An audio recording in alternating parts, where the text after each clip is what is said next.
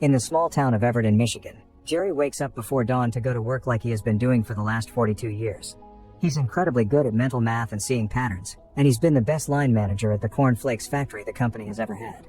However, his line is coming to a close, so his bosses tell him it's time for him to finally retire. Later that day, Jerry has a retirement party with all his loved ones, his wife Marge, his son Doug, his granddaughter Liz, and his daughter Dawn. They even bring him a fishing boat as a retirement gift, but Jerry's mood doesn't improve. He feels lost without having something to do. A month later, Jerry still hasn't used the boat. Today he visits his accountant Steve, who informs Jerry that his account has only seen a growth of 2%, which is nothing. But Jerry refuses to put more into stocks because the risk is pretty much like gambling. At Steve's insistence, Jerry takes out the boat to the lake, but his hesitance causes him to make mistakes and the boat's motor ends up broken. Frustrated with himself, he leaves for his favorite store and hears the clerk explain how the roll down works for the lottery. When the jackpot hits 2 million and nobody gets 6 numbers, the whole jackpot rolls down to the people that got 3 or 4. It basically means better odds. With this still fresh in mind, Jerry finds a fly explaining the whole lottery system and makes some calculations that allow him to find a loophole. Buying only one ticket only gives you minimum odds, but during roll down week, you can earn more than what the ticket costs, meaning it's just a matter of buying enough tickets to make it profitable. With a plan in mind, Jerry goes to the bank to withdraw $2,000. The next day, Jerry spends all the money on tickets without telling Marge about it. Once the winning numbers are announced, Jerry does the math and is disappointed to discover he's lost a little over $300. His mood tanks, and after a failed game night with friends, Marge checks on him, but Jerry only tells her he's missed his chance in life. Marge disagrees, pointing out that good luck happens the same as bad. This simple phrase makes Jerry realize that his sample size had been wrong. The next time he goes to the bank, Jerry withdraws $8,000 and spends it all on tickets again. Sometime later, the lottery announces its winning numbers, and Jerry makes a little over $15,000. After getting paid, he hides all this cash in an old popcorn can in the pantry. A few days later, Jerry and Marge throw a little barbecue party for family and friends. Jerry finds Liz with the can of popcorn, so he has to convince her to let him borrow it for a second in order to move the money into a cereal box. After the party is over, Marge wants to ask Jerry about the pantry, and he panics thinking she's found the money. He confesses he's been playing the lottery and winning, but he didn't tell her because he was ashamed of risking their retirement money. Marge doesn't care though, they need to have fun, and this is the perfect project. Jerry and Marge decide to continue to play the lottery together, but when they go to the local store, they find the machine is gone. The clerk recommends one in Massachusetts, which would be quite a drive. Jerry asks Steve for his advice, and he confirms that driving to Massachusetts could be part of the investment and there would be no loss. He also wants to be part of it, so he adds $1,000 of his own. Driving all those hours makes for a wonderful time together for the couple. When they make it to the liquor store, they meet the clerk Bill, who explains getting $16,000 worth of tickets would take all day and he can't ignore the rest of the store just for them. Fortunately, they reach a deal and Bill allows them to stay if Marge works the machine herself. When night falls, they get a room at a motel and watch the lottery on TV. Then they spend the night checking the thousands of tickets, and by morning, Jerry has their winnings. They've made $21,000. Meanwhile in Harvard University, student Tyler is doing a research project on the odds of winning different types of lottery. His roommate Eric thinks it's stupid, but looking at the systems allows Tyler to find the same trick Jerry did. Back to the couple, they're arriving back in town when Marge has an idea. Jerry has always wanted to help people, and the more they bet the better the odds, so they could make their project even bigger. The next day, they go to see Steve to start a corporation, legally paying taxes and claiming expenses. They want to bring in the whole town and sell shares, that way they'll have more capital to invest and split the profits. Steve likes the idea and gets more shares of his own in the company that they shall call G's Investment Strategies. Afterward, Jerry gets together with people in town to explain the idea, and everyone accepts to join. Dawn is quick to buy her own share too, but Doug isn't interested. Math isn't his thing and he's tired of Jerry pushing the subject. Even when he was a little kid they spent a lot of time counting coins because Jerry thought it was fun. For once, he wishes he could have fun with his father the normal way, like throwing a ball. The next time they go to Massachusetts, Jerry and Marge bet $40,000. Bill doesn't mind them using the machine this much, but there's no way they can finish before closing time and he can't have customers inside that late. Jerry invites Bill to join the company, and now that he and Marge are technically partners, they can stay in the store for as long as they want. By the end of the night, Bill brings 2 of his friends as shareholders. When they return to the motel, Marge puts some of her own nice sheets on the bed, and they leave the counting for the next day so they can spend the night together like they haven't done in a long time. Meanwhile in Boston, journalist Maya is asked to write an article about the lottery because those always attract clicks. The next morning, Bill comes to the motel room with the tally of the winnings sold by the store. They've made $82,000, therefore doubling their investment. Their business just keeps growing from there, and Jerry and Marge don't get tired of their 10-hour trips because they enjoy their time together. Back in Harvard, Tyler shows Eric the results of the simulations he's been running, confirming the loophole is real. Tyler doesn't have the money to get started and refuses to ask his dad because he wants this to be his own thing. Instead, he pitches his idea to every student in the dorms, and with each of them putting in a couple of bucks they can reach the initial investment needed. Filling the lottery slips is a lot of work though, and Tyler lets the others do it, refusing to help because he's in charge. In Michigan, all the shareholders are pitching in to renovate the amphitheater and bring back the jazz festival. When Doug goes to visit Jerry, he's shocked to see he's keeping all the tickets just in case the IRS asks for them when they get audited. Jerry has a surprise for his son. There's one share under Doug's name, because Jerry wouldn't want to count coins without him.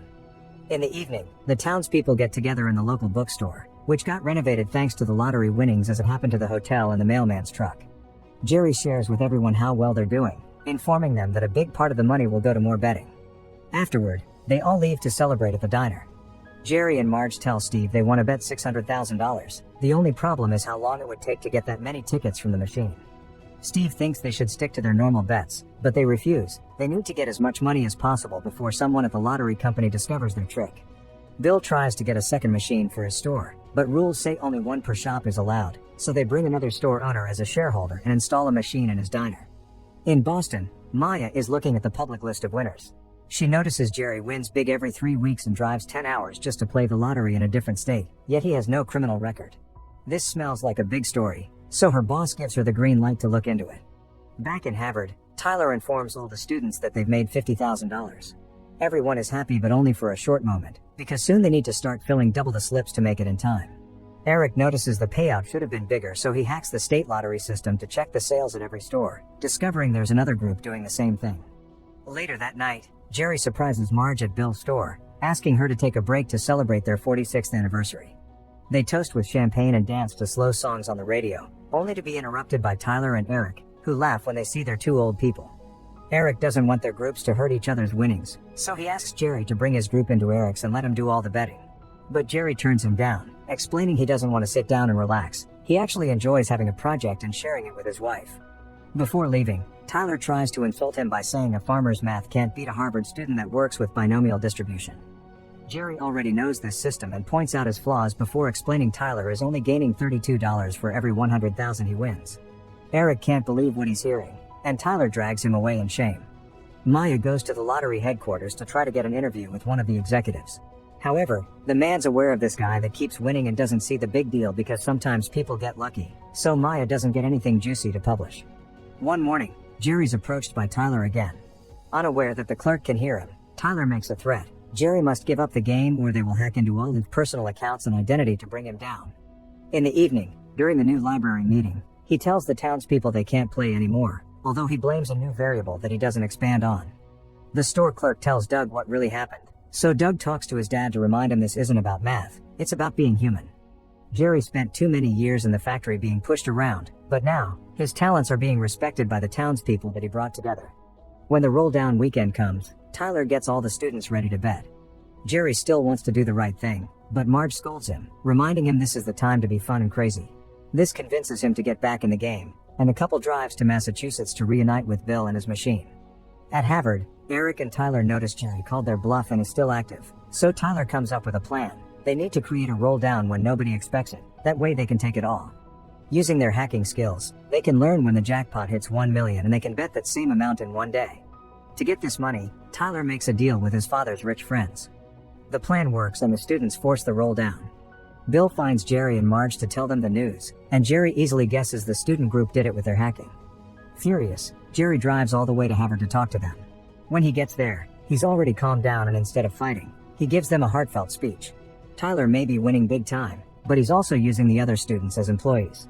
Meanwhile, after decades of only feeling connected to math, Jerry finally feels part of a community that trusts him, and for him that's way more valuable than money. Jerry goes back home and discusses options with the others. Bill and Steve want to trigger their own roll down, but Jerry doesn't think that would be fair to other players. Steve can't believe that the lottery is doing nothing about the students, making Jerry realize that if the lottery is doing nothing it's because they don't care. Marge and Jerry travel to the lottery headquarters to have a talk with the executives. He points out the company knew about the loophole, and they didn't do anything because it was pushing their profits through the roof. Jerry promises to keep his mouth shut if the lottery offers transparency by posting the size of the jackpot on their website. That way everyone gets a fair chance. Marge also requests a second machine for Bill's store. The executives accept, and now Jerry and Marge can work side by side at Bill's.